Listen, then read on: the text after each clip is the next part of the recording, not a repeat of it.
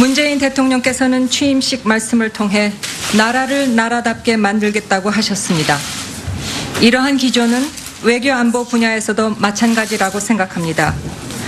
당당하면서도 국익을 중심으로 한 협력 외교를 통해 강하고 평화로운 대한민국을 만들어가기 위해 제 최선의 노력을 다하고자 합니다.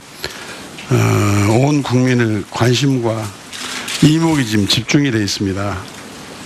청문회는 장관 후보자에 대한 장관으로서의 업무 능력과 자질을 검증하고 도덕성 시비에 대한 의혹을 해소시키는 그런 자리인데, 지금 외교부 관리들이 너무 많이 나와서 있어요.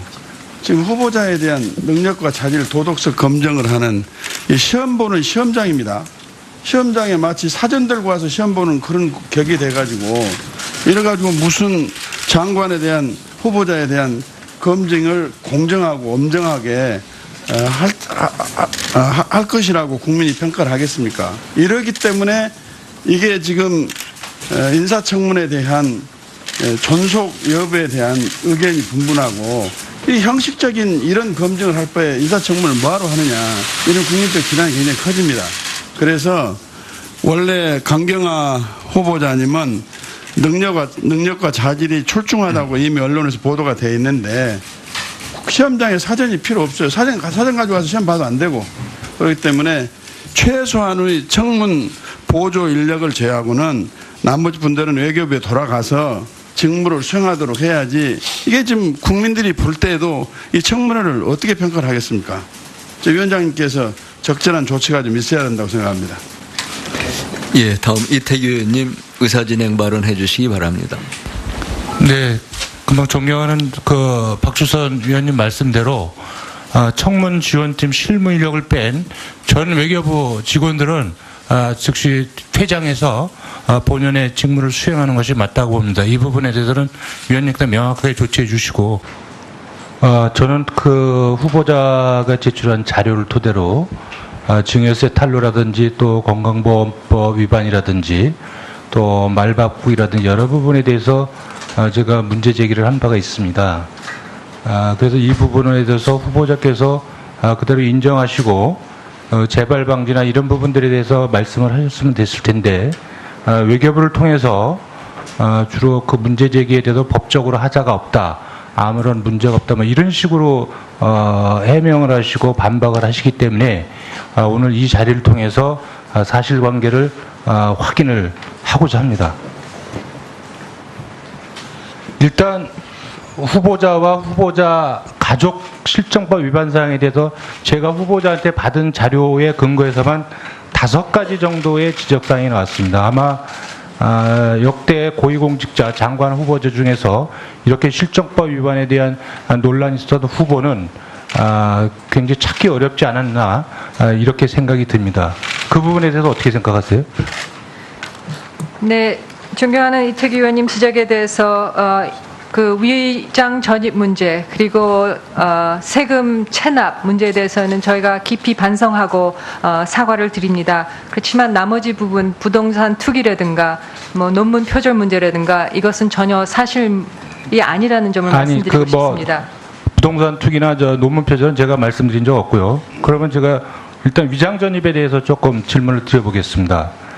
그 정동 아파트로 위장 전입할 적에 전입 신고를 어떻게 하셨습니까?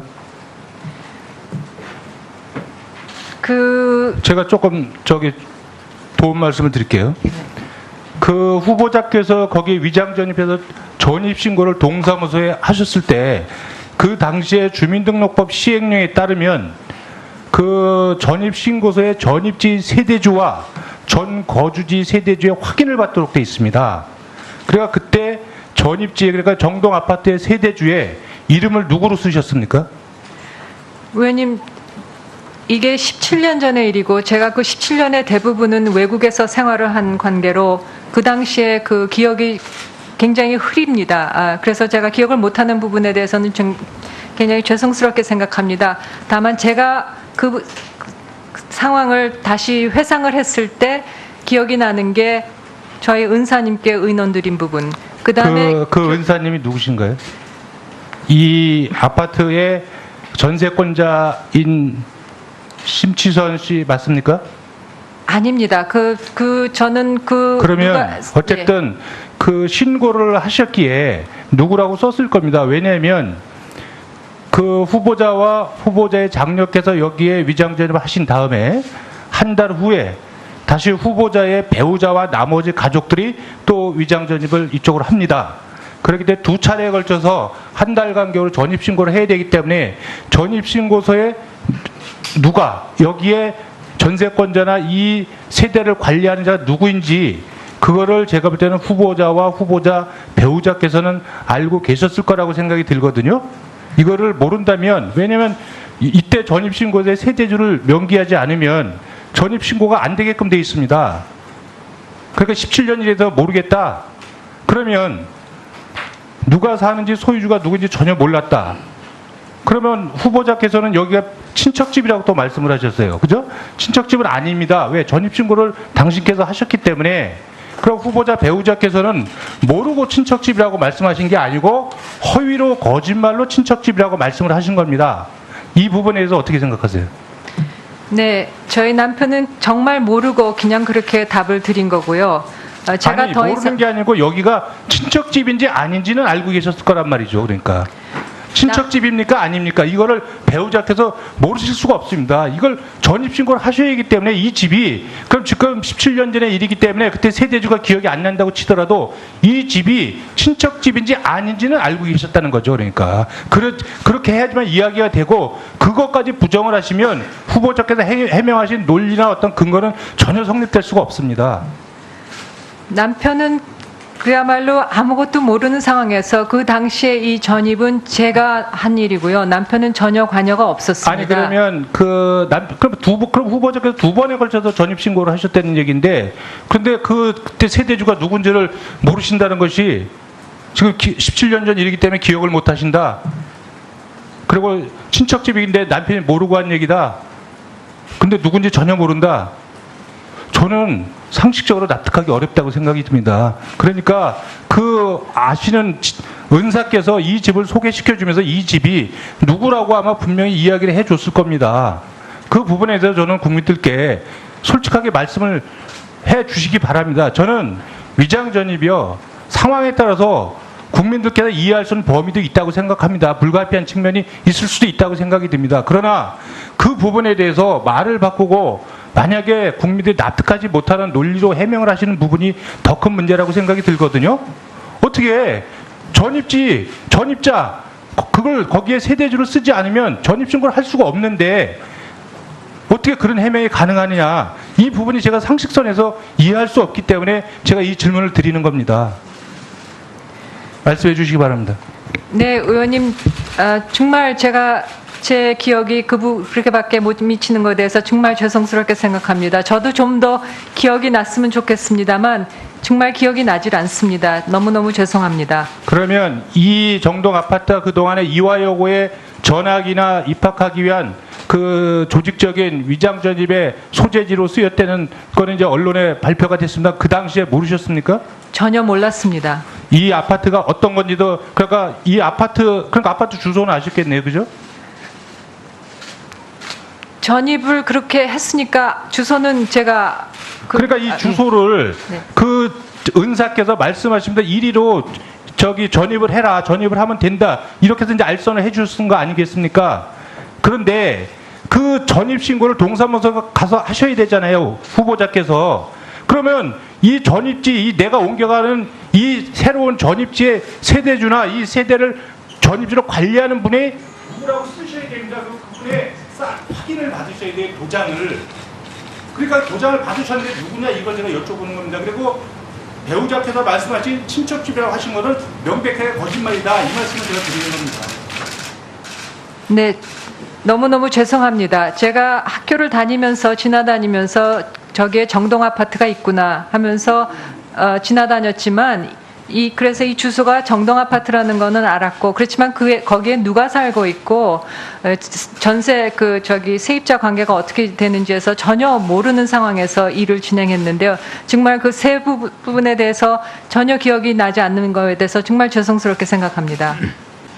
우리 후보자님, 저는 후보자님이 내무장관 후보로 발표가 됐을 때 굉장히 환영을 하고 좀 기대를 하고 잘된 인사를 했구나 하는 생각을 가졌습니다.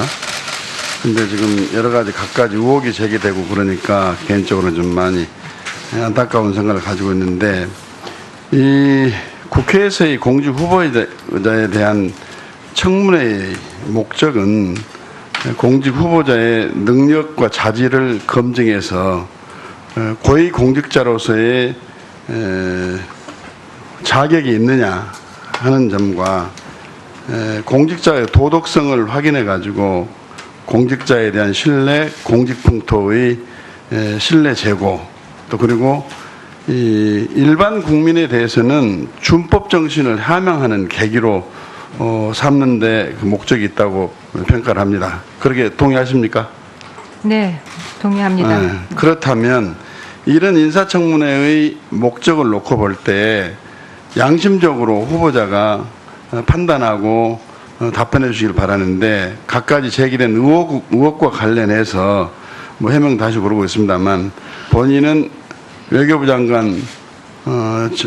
장관으로서의 적격한 지위에 있다고 생각하는 것인지 견해를 좀 묻고 싶네요. 네, 존경하는 박주선 의원님 말씀 깊이 새겨들었습니다. 제가 그 위장 전입 문제와 관련해서는 정말 그냥 딸아이의 엄마로서 별 생각 없이 한 일이 이렇게 국민들한테 크게 우려를 드린 상황이 되었고, 그 부분에 있어서 당시 정말 생각을 잘못했다.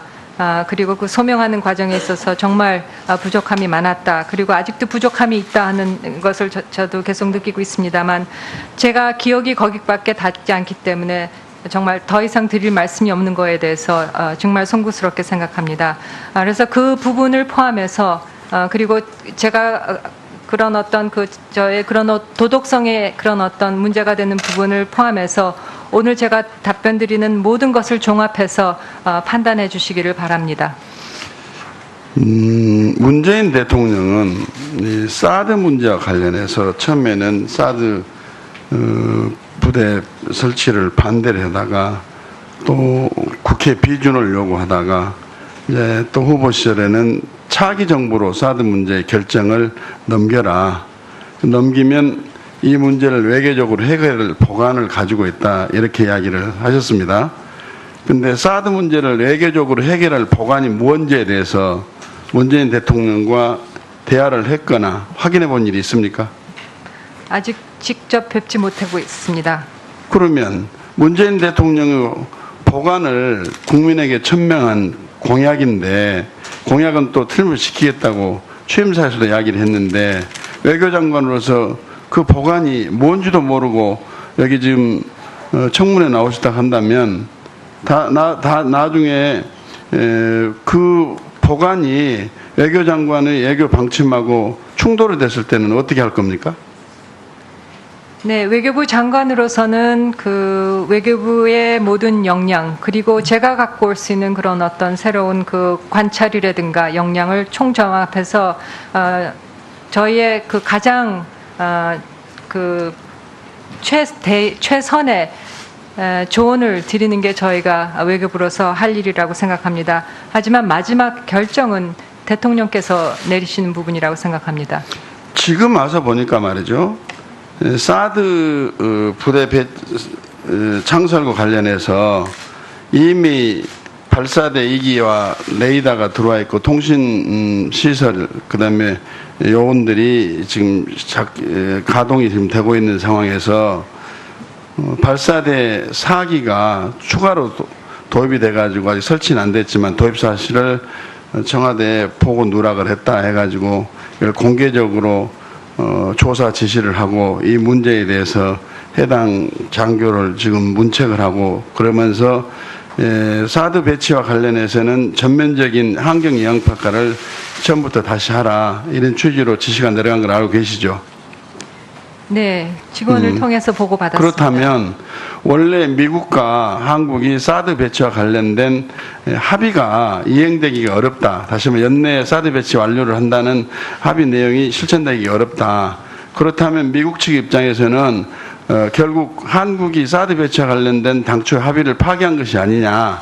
그래가지고 그렇다면 한미 동맹 관계에 있는 한국이 미국과의 합의를 파기한 점에 대해서 동맹관계의 균열 내지는 손상에 대한 미국의 그 판단으로 우리 한미 관계가 악화되거나 어떤 나쁜 영향을 받을 가능성이 있고, 중국에서는 사드 배치를 반대를 하고 있는 입장이기 때문에 문재인 대통령이 절차적인 정당성 확보를 통해 가지고 결국은 사드 배치를 하지 않을 것이라는 큰 기대를 갖게 해가지고 결국은 이 사드 배치가 되게 되면 중국 입장에서는 본래 중국이 요구했던 내용이 관철되지 않기 때문에 실망이 더 커지라고 보는데, 이랬을 경우는 사드 배치와 관련된 한국의 입장이 굉장히 곤란하게 될 것이다, 이렇게 생각을 합니다. 그 점에 대해서는 어떻게 생각하시냐 묻고 싶고요. 또 하나는 만일에 국회에서 사드 문제와 관련해 가지고 논의를 할 필요가 있다고 대통령께서 말씀하시고 아까 후보자도 말씀하셨는데, 국회에서 논의를 해가지고 사드 배치가 반대한 의견이 우세하거나 하면 어떻게 할 것이며 사드 배치의 운명은 어찌 되는 것이며, 국회에서 논의 방식이 비준 절차를 요구하는 것인지 구체적으로 어떤 방법으로 논의를 요구를 할 것인지 그 점에 대해서 답변을 좀 해주시기 바랍니다. 네, 지금 이 문제가 상당히 어려운 문제임은 틀림이 없습니다. 따라서 미국과의 그런 어떤 우리가 시간이 좀 필요함을 협의를 드리고 그렇게 협의를 하고 또 안보실장께서도 많은 협의를 하고 오신 걸로 알고 있습니다. 그리고 중국에 대해서도 이게 말씀하셨듯이 우리의 방어적인 수단은 그 북한의 지속적인 도발에 대한 우리의 대응이다. 우리의 안보 이익에 직결된 사안이라는 것을 분명히 설명함과 동시에 이로 인한 보복 조치는 부당하다는 것을 지속적으로 설명할 필요가 있을 것입니다. 양쪽에 대한 그 관리가 아주 면밀하고 철저한 관리가 필요한 두 관계라고 생각을 하기 때문에, 그렇기 때문에 더욱더 효과적인 소통, 외교력이 필요한 상황이라고 생각합니다. 또 상황이 이렇게 된 데에는 이것을 결정하고 배치하는 과정에 있어서 그런 어떤 국민적인 공감대가 없었던 부분이 이런 문제를 불거지게 한 게 아닌가, 그런 생각을 하게 됩니다. 그래서 미국과 그런 어떤 이해를 폭을 넓히고 미해의 일을 하고 하면서 또 중국에 대해서는 우리의 입장을 지속적으로 이해를 시키면서 이 국민적인 논의의 그런 어떤 형태로든 국회에서 논의가 있을 수 있도록 국회의원 여러분들께서도 좀 적극적으로 고려해 주시고 나아갈 방향을 모색해 주실 부분이 있는 것이라고 생각하고, 또 외교부로서는 그런 하시는 여러 가지 고려하시는 방안, 조치에 대해서 그런 어떤 외교적인 함의가 뭔지에 대해서 적극 검토하고 그래야 앞으로 나가야 될 부분이라고 생각합니다. 그 동생이 그 사업 투자 좀 지원해 달라고 했을 적에 예. 그것이 주류 수입 사업이라는 걸 알고 계셨습니까? 예, 알고 있었습니다. 그러면은 물론 동생의 부탁이긴 하겠지만 현재 공무원이 주류 수입 사업에 이렇게 투자하고 이런 부분이 공무원의 윤리상 적절합니까? 그거는 제가 아니 본인의 윤리 기준상 공무원이 다른 영리 활동을 못 하는데 투자를 할 수 있잖아요. 예. 근데 그 항목이 주류 수입 사업 이런 거에 투자하시는 게 적절한지에 대해서 제가 증인의 어떤 윤리 기준을 제가 질문을 드리는 겁니다. 거기서 어떻게 생각하세요? 그거에 대해서는 동생이 그냥 도와달라고 별 생각 없이. 아니 그러니까 현재 공무원이시지 않으니까 예. 동생이 도와달라 했는데 그 사업 아이템이 이제 수를 들여오는 거 아니겠어요? 그러니까 거기에 투자하신 거에 대해서 어떻게 생각하시느냐, 이것이 현재 공무원으로서 윤리 기준에 부합하는 것이냐, 이거를 제가 여쭤보고 있는 겁니다. 실정법에 어긋나지 않는다고 생각합니다. 그렇죠. 그러니까 제가 실정법에 어긋나서 처벌을 받으셔야죠. 예. 도덕적 기준으로 이것이 부합하냐, 이걸 제가 여쭤보는 그거는 거예요. 도덕적 기준까지 저한테 물으실 상황 아닌 것 같습니다. 이거 본인이 출자 당사자 아닙니까? 지금 당사자가 거기다 2천만 원을 투자했기 때문에 그걸 물어보는데 저 본인한테 물어볼 말이 아니라는 건 도대체 무슨 경우입니까? 본인이 현직 공무원 거기에 출자해서 그 부분을 어떻게 생각하시냐고 제가 의원님께서 질문을 지금 드리는데 윤리적인 기준을 어떻게 생각하냐고 묻기 때문에 예. 실정법에 어긋나지 않고 윤리적 기준까지는 제가 말씀드릴 사항은 아닌 것 같습니다. 뭐 잘못됐다고 하면은 그거는 제가 뭐 동생하고 다시 상의해서 뭐 출자를 회수하든지 뭐 조치를 취하긴 하겠지만 윤리적인 그런 저기까지는 윤리적으로 제가 문제가 답변을- 없다 이렇게 생각하시는 거예요? 그냥 답변하기는 그렇다 이거는? 그거는 답변하기가 좀 곤란한 상황 같습니다.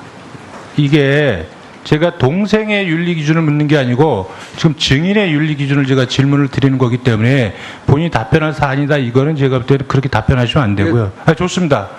그 현재 그때 투자하신 투자금이 예. 그리고 이제 해서 포주 인터내셔널 법인을 설립했지 않습니까? 예. 그럼 그 자금이 이제 법인 통장에서 관리가 돼야 되잖아요. 정상적인 회사라면. 예. 그것이 그 이현재 개인 통장에서 관리되고 있다는 사실을 알고 계신가요?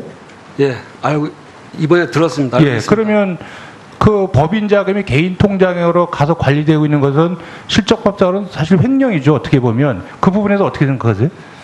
왜 그러면 내가 투자한 돈이 법인이란 공식적인 그 법인 자금으로 관리가 안 되고 개인의 통장에서 관리가 되고 있다. 이거는 문제가 있다. 이렇게 생각하지 않으신가요? 제가 동생한테 듣기로 사업을 하려다가 바로 사업이 실행이 안 됐고 그래가지고 이게 법인 통장을 만들 그런 상황이 아니었던 것 같습니다. 그래가지고 이제 저하고 제 동생이 동의하에 이렇게 관리했던 걸로 알고 있습니다. 그러니까 이제 어쨌든 법인은 지금 살아 있는 거잖아요. 그죠? 예, 그렇습니다. 그죠? 예. 그러면 투자금은 당연히 상식적으로는 법인 통장에 가 있어야죠. 사업이 진행이 안 되더라도. 그죠? 그게 법적으로 맞는 거 아니겠습니까? 만약에 증인께서 사업을 하는데 이게 법인인데 물론 사업이 지연될 수도 있죠. 그렇다고 사업이 지연된다고 해서 그 법인에 투자한 그 자금을 개인이 따로 개인 통장으로 관리한다. 이것이 상식적으로 이해가 되십니까? 글쎄, 저 같은 경우에 제가 뭐 사업이라고 생각을 안 했기 때문에 그거에 대해서 구체적으로 생각을 안 해봤습니다. 그 포즈 인터내셔널 설립하고 이후에 사업이 여태까지 진행이 안 되는 이유는 어디에 있다고 생각하십니까? 그래서 제가 그거는 뭐 경영에 뭐 개입하거나 한 적이 없어가지고요. 그냥 돈만 투자했기 때문에 모른다? 어떻게 된 상황인지 모르겠고요. 예. 나중에 동생한테 그냥 사업이 진행하려고 하다가 안 됐다고 얘기만 들었습니다. 그래서 지금 법인의 소재지가 그 증인이 있는 논산에 있는 그 창고죠. 예, 그렇습니다. 그죠? 예. 그 창고는 이거를 일단 법인 사무실로 이렇게 하자고 동생이 제안했습니까?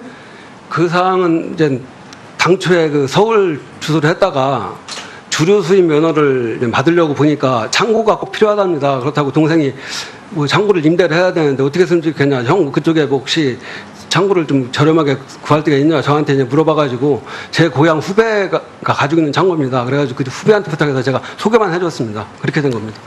그러면 사업이 진행이 안 되는 이유는 여전히 증인은 모르고 계시나요? 예, 그렇습니다. 그러면은 형제간의 우애가 얼마나 깊으신지 잘 모르겠지만 어쨌든 2천만 원이라는 거는 작은 돈이 아닌데 그걸 투자하고 그 돈이 지금 어떻게 관리된지에서 전혀 관심이 없으신가요? 예, 그렇습니다. 그 돈이 나중에 없어져 상관없습니까? 예, 문자폭탄이 또 동생한테 수백 개씩 준다 쏟아져서 생각했습니다. 굉장히 관심 없었습니다. 그 저급하고 악의적인 문자들이 계속 쏟아져 들어오고 있습니다. 그럼에도 불구하고 후보자의 도덕성 부분이나 자질 역량에 대한 철저한 검증은 국회 책무이기 때문에 이 부분을 소홀히 할 수 없다고 생각이 됩니다. 아까 질문을 드렸지만 당시에 위장 전입을 할 적에 전입 신고서에는 그 전입지의 세대주를 명기하지 않으면 그 전입 신고를 할 수가 없습니다. 동사무소에서 그걸 받아주질 않습니다. 그렇기 때문에 제가 누구냐고 그거를 질문 드렸을 때 그것이 기억할 수 없다고 이렇게 말씀하셨는데 지금 이 위장 전입이 후보자와 후보자 따님뿐만이 아니라 배우자와 또 다른 따님들, 그러니까 일가족이 두 차례에 걸쳐서 다 위장 전입을 했단 말이에요.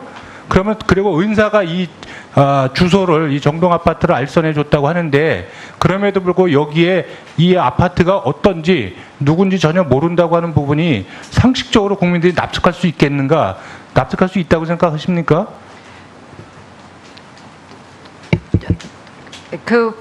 해명이 부족한 부분에 대해서 정말 죄송스럽게 해명이 생각합니다. 부족한 게 해명 안 하시려고 하는 것 같아요. 지금 보면. 예, 안 드리는 예? 게 아니라 못 드리고 있습니다. 저도 기억이 나는 부분이 그거밖에 안 돼서 저도 상당히 자책을 하고 있습니다. 다만 알겠습니다. 조금 제가 나중에 다시 물어보고요. 그다음에 해운대 콘도 증여 관련돼서 이거는 배우자께서도 말씀하셨지만 그 증여세를 안 낸 거는 인정하시는 거죠? 해운대 네, 콘도에서 증여세 안 내신 거는 인정하시는 거죠? 네, 그때 그 증여 의사가 없었기 때문에 그렇게 처리를 했다고 들었습니다만 이 증여 의사가 없으면은요 무슨 문제가 발생이 되냐면 그것은 따님의 명의를 일방적으로 도용한 부동산 실명제법 위반입니다. 증여가 아니면 이거는 증여세를 안 낸 것보다 더 엄하게 처벌받습니다. 그러니까 둘 중에 한 가지를 선택을 하셔야 돼요. 증여세를 안 낸 것인지 부동산 실명제법을 위반한 것인지 이 둘 중에 하나를 어느 것을 선택하셔야지 둘 다 피해 가실 수는 없는 겁니다. 근데 중요한 부분은 여기에 외교부 당국자나 이런 부분을 통해서 언론에 해명하는 거 보면 증여된 게 실제로 없기 때문에 마치 증여세를 내지 않아도 안 내도 된다 이런 식으로 해명하고 있어요. 이거야말로 제가 볼 때는 후보자가 법을 우습게 알고 법 질서를 훼손하는 이게 굉장히 중대한 문제입니다. 그리고 따님이 그 실질적으로 이익이 없기 때문에 증여받은 게 없다. 그 다시 아버님한테 돌려줬죠. 그 재증여입니다. 거기에도 증여세를 내야 되는 겁니다. 법이 그렇게 돼 있어요. 근데 마치 이 부분에 법적으로 아무 문제가 없다 이런 식으로 지금 해명을 하고 있는데 이게 도대체 외교부에 누가 이렇게 얘기하는 겁니까? 어쩌면 후보자 동의를 받아서 하는 걸 텐데 이런 식으로 법 해석을 일방적으로 해가지고 국민을 호도하고 있습니까? 기획조정실장 그렇게 했습니까? 후보자한테 그렇게 코치하고 있습니까?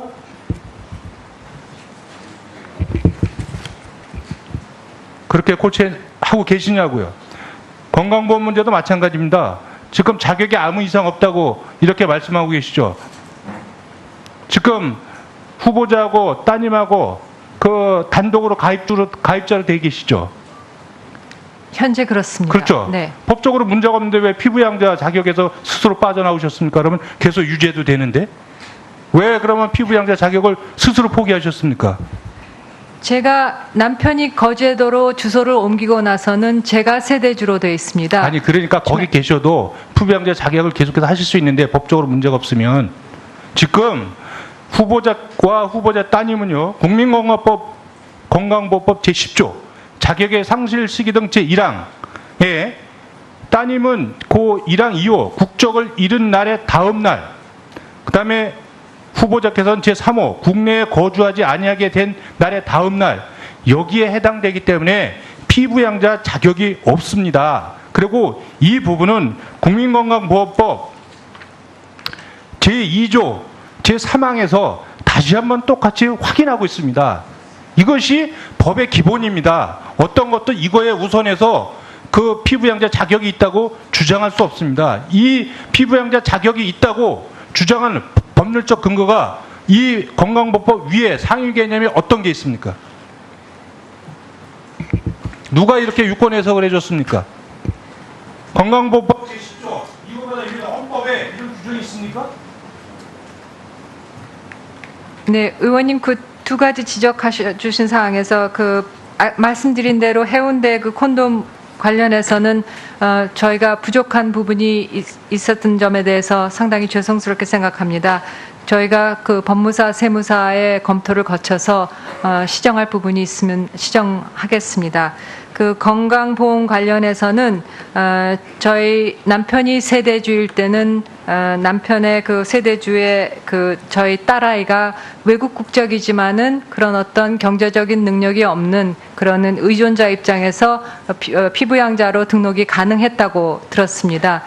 그리고 저는 외국에서 있지만은 국내 소득이 없기 때문에 또 피부양자로 계속 등록을 하는 게 좋겠다는 그런 그 학교 의료보험 관계자들의 조언에 따라서 제가 계속 저희 남편의 의료보험 혜택을 자격을 계속 유지하고 있었습니다.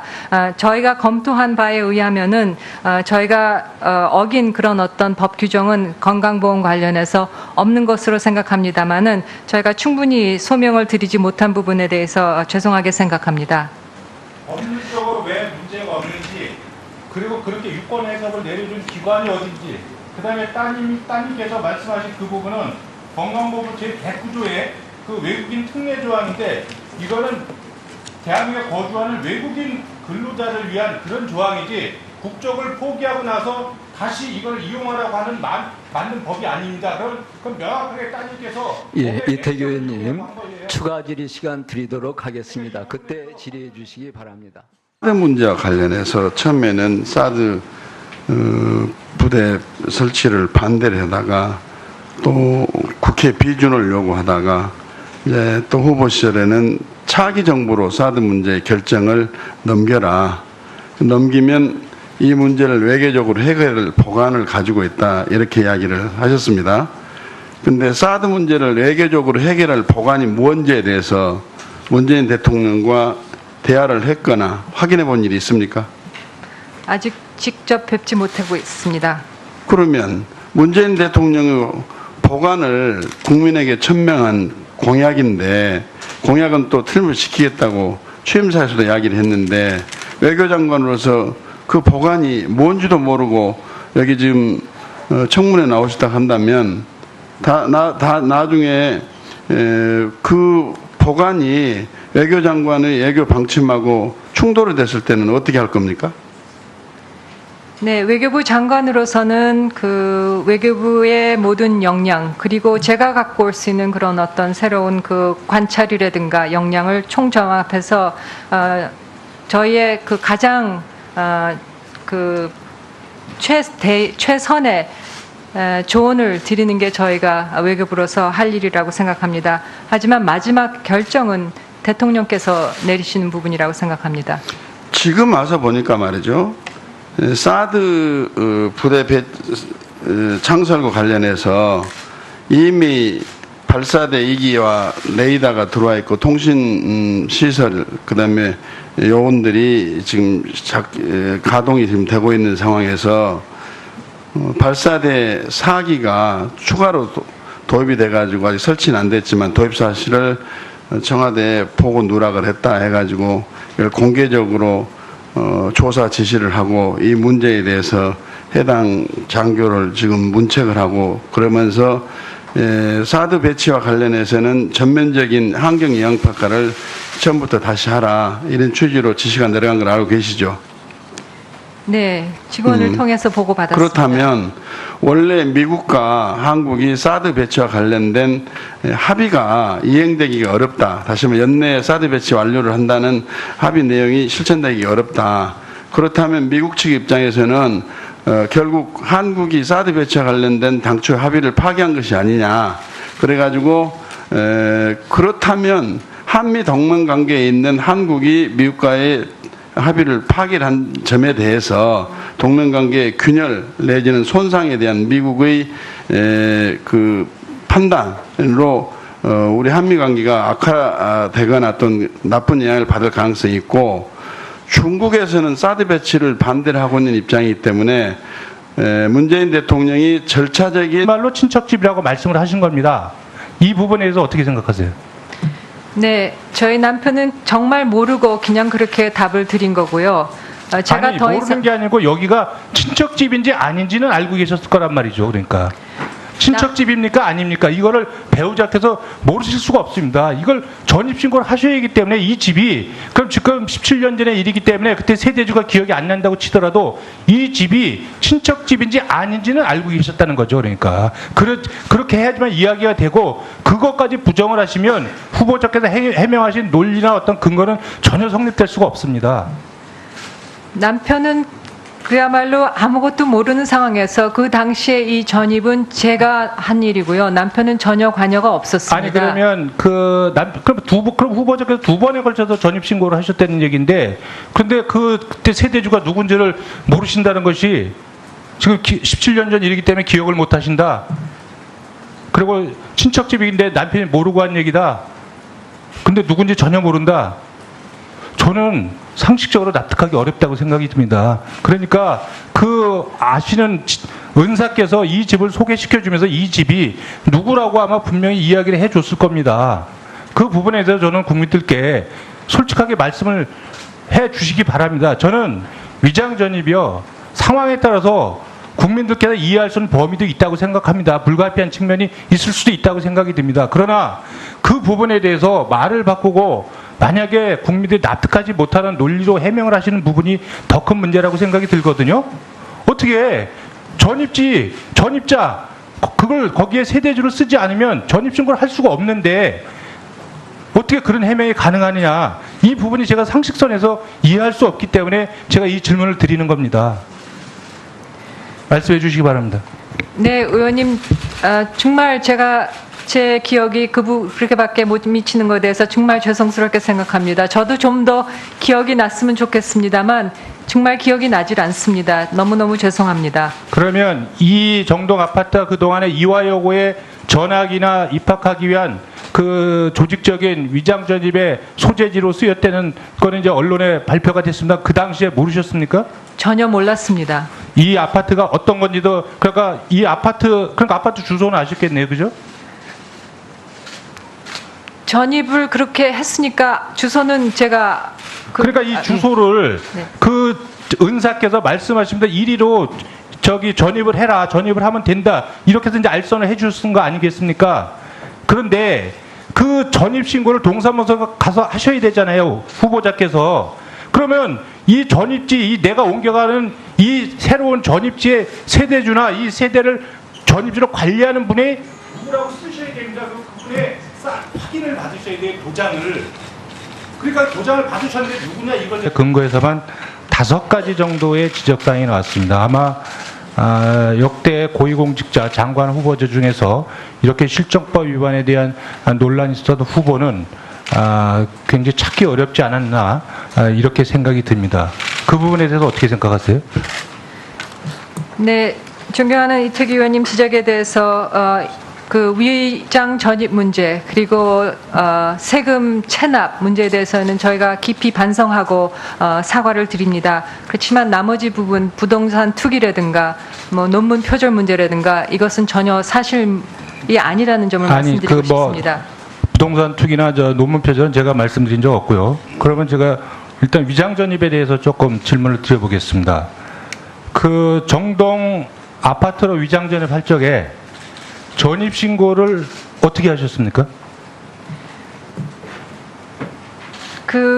제가 조금 도움 말씀을 드릴게요. 그 후보자께서 거기 위장 전입해서 전입 신고를 동사무소에 하셨을 때 그 당시에 주민등록법 시행령에 따르면 그 전입 신고서의 전입지 세대주와 전 거주지 세대주의 확인을 받도록 되어 있습니다. 그러니까 그때 전입지에 그러니까 정동 아파트의 세대주에 이름을 누구로 쓰셨습니까? 의원님, 이게 17년 전의 일이고 제가 그 17년의 대부분은 외국에서 생활을 한 관계로 그 당시에 그 기억이 굉장히 흐립니다. 그래서 제가 기억을 못하는 부분에 대해서는 굉장히 죄송스럽게 생각합니다. 다만 제가 그 상황을 다시 회상을 했을 때 기억이 나는 게 저희 은사님께 의논드린 부분. 그다음에 그 은사님이 누구신가요? 이 아파트의 전세권자인 심치선 씨 맞습니까? 아닙니다. 저는 그러면 어쨌든 그 신고를 하셨기에 누구라고 썼을 겁니다. 왜냐하면 그 후보자와 후보자의 장녀께서 여기에 위장 전입을 하신 다음에 한 달 후에 다시 후보자의 배우자와 나머지 가족들이 또 위장 전입을 이쪽으로 합니다. 그렇기 때문에 2차례에 걸쳐서 한 달 간격으로 전입 신고를 해야 되기 때문에 전입 신고서에 누가 여기에 전세권자나 이 세대를 관리하는 자가 누구인지 그거를 제가 볼 때는 후보자와 후보자 배우자께서는 알고 계셨을 거라고 생각이 들거든요. 이거를 모른다면, 왜냐하면 이때 전입신고서에 세대주를 명기하지 않으면 전입신고가 안 되게끔 돼 있습니다. 그러니까 17년이라도 모르겠다. 그러면 누가 사는지 소유주가 누구인지 전혀 몰랐다. 그러면 후보자께서는 여기가 친척집이라고 또 말씀을 하셨어요. 그죠? 친척집은 아닙니다. 왜? 전입신고를 당신께서 하셨기 때문에. 그럼 후보자 배우자께서는 모르고 친척집이라고 말씀하신 게 아니고 허위로 거짓말. 문재인 대통령께서는 취임식 말씀을 통해 나라를 나라답게 만들겠다고 하셨습니다. 이러한 기조는 외교 안보 분야에서도 마찬가지라고 생각합니다. 당당하면서도 국익을 중심으로 한 협력 외교를 통해 강하고 평화로운 대한민국을 만들어가기 위해 제 최선의 노력을 다하고자 합니다. 온 국민의 관심과 이목이 지금 집중이 되어 있습니다. 청문회는 장관 후보자에 대한 장관으로서의 업무 능력과 자질을 검증하고 도덕성 시비에 대한 의혹을 해소시키는 그런 자리인데, 지금 외교부 관리들이 너무 많이 나와서 있어요. 지금 후보자에 대한 능력과 자질, 도덕성 검증을 하는 이 시험 보는 시험장입니다. 시험장에 마치 사전 들고 와서 시험 보는 그런 격이 돼가지고, 이래가지고 무슨 장관에 대한, 후보자에 대한 검증을 공정하고 엄정하게 할 것이라고 국민이 평가를 하겠습니까? 이러기 때문에 이게 지금 인사청문회에 대한 존속 여부에 대한 의견이 분분하고, 이 형식적인 이런 검증을 할 바에 인사청문을 뭐하러 하느냐, 이런 국민적 비난이 굉장히 커집니다. 그래서 원래 강경화 후보자님은 능력과 자질이 출중하다고 이미 언론에서 보도가 되어 있는데, 시험장에 사전이 필요 없어요. 사전 가져와서 시험 봐도 안 되고. 그렇기 때문에 최소한의 청문 보조 인력을 제외하고는 나머지 분들은 외교부에 돌아가서 직무를 수행하도록 해야지, 이게 지금 국민들이 볼 때에도 이 청문회를 어떻게 평가를 하겠습니까? 위원장님께서 적절한 조치가 좀 있어야 된다고 생각합니다. 예, 다음 이태규 의원님 의사진행 발언해 주시기 바랍니다. 네, 금방 존경하는 그 박주선 위원님 말씀대로 청문 지원팀 실무 인력을 뺀 전 외교부 직원들은 즉시 퇴장해서 본연의 직무를 수행하는 것이 맞다고 봅니다. 이 부분에 대해서는 위원님께서 명확하게 조치해 주시고, 저는 그 후보자가 제출한 자료를 토대로 증여세 탄로라든지 또 건강보험법 위반이라든지 또 말바꾸기라든지 여러 부분에 대해서 제가 문제 제기를 한 바가 있습니다. 그래서 이 부분에 대해서 후보자께서 그대로 인정하시고 재발 방지나 이런 부분들에 대해서 말씀을 하셨으면 됐을 텐데, 외교부를 통해서 주로 그 문제 제기에 대해서 법적으로 하자가 없다, 아무런 문제가 없다, 뭐 이런 식으로 해명을 하시고 반박을 하시기 때문에 오늘 이 자리를 통해서 사실관계를 확인을 하고자 합니다. 일단 후보자와 후보자 가족 실정법 위반 사항에 대해서 제가 후보자한테 받은 자료에 여쭤보는 겁니다. 그리고 배우자께서 말씀하신 친척집이라고 하신 것은 명백하게 거짓말이다, 이 말씀을 제가 드리는 겁니다. 네, 너무너무 죄송합니다. 제가 학교를 다니면서 지나다니면서 저기에 정동 아파트가 있구나 하면서 지나다녔지만, 그래서 이 주소가 정동 아파트라는 거는 알았고, 그렇지만 거기에 누가 살고 있고 전세 세입자 관계가 어떻게 되는지에서 전혀 모르는 상황에서 일을 진행했는데요. 정말 그 세 부분에 대해서 전혀 기억이 나지 않는 거에 대해서 정말 죄송스럽게 생각합니다. 우리 후보자님, 저는 후보자님이 내무장관 후보로 발표가 됐을 때 굉장히 환영을 하고 좀 기대를 하고 잘된 인사를 했구나 하는 생각을 가졌습니다. 근데 지금 여러 가지 갖가지 의혹이 제기되고 그러니까 개인적으로 좀 많이 안타까운 생각을 가지고 있는데, 이 국회에서의 공직 후보자에 대한 청문회의 목적은 공직 후보자의 능력과 자질을 검증해서 고위 공직자로서의 자격이 있느냐 하는 점과 공직자의 도덕성을 확인해 가지고 공직자에 대한 신뢰, 공직풍토의 신뢰 제고, 또 그리고 이 일반 국민에 대해서는 준법 정신을 함양하는 계기로 삼는 데 그 목적이 있다고 평가를 합니다. 그렇게 동의하십니까?